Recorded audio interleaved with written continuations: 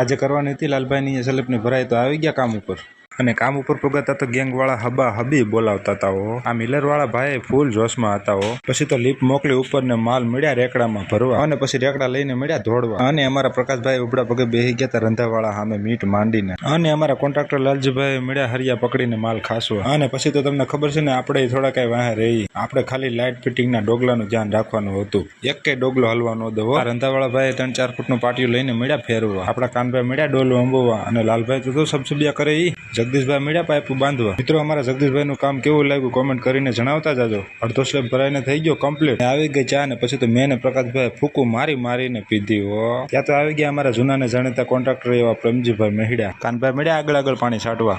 હાલો તરબૂજ ખાવા. બીજી બાજુ ભરવાનું કરી દીધું ચાલુ. રેકડા પછી રેકડા મળ્યા ઠલવવા. કિશોરભાઈ મળ્યા માવો ચોળવા. પછી બે ગયા જમવા તો હાલો બધા જમવા અને અમારા કિશોરભાઈ તો જો જાણે સિમેન્ટના માલમાં નાયા હોય. પછી આવી ગયા નાના ગરધણી. પ્રકાશભાઈ ને કે